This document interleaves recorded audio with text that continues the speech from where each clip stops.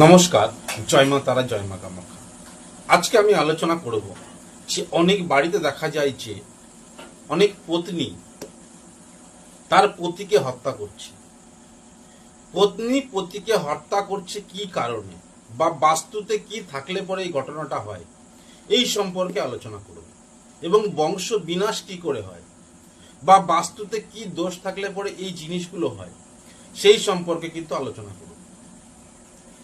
দক্ষিণে যদি প্রধান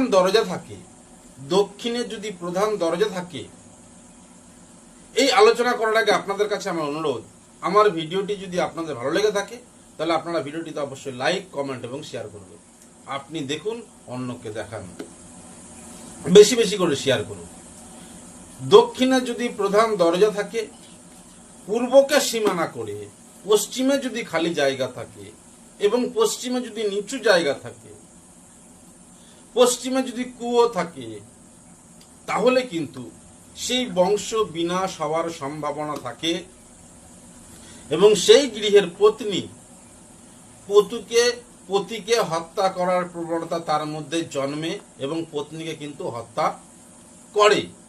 বাস্তুতে এই জিনিসগুলো থাকলে কিন্তু পত্নী পতিকে হত্যা করবে।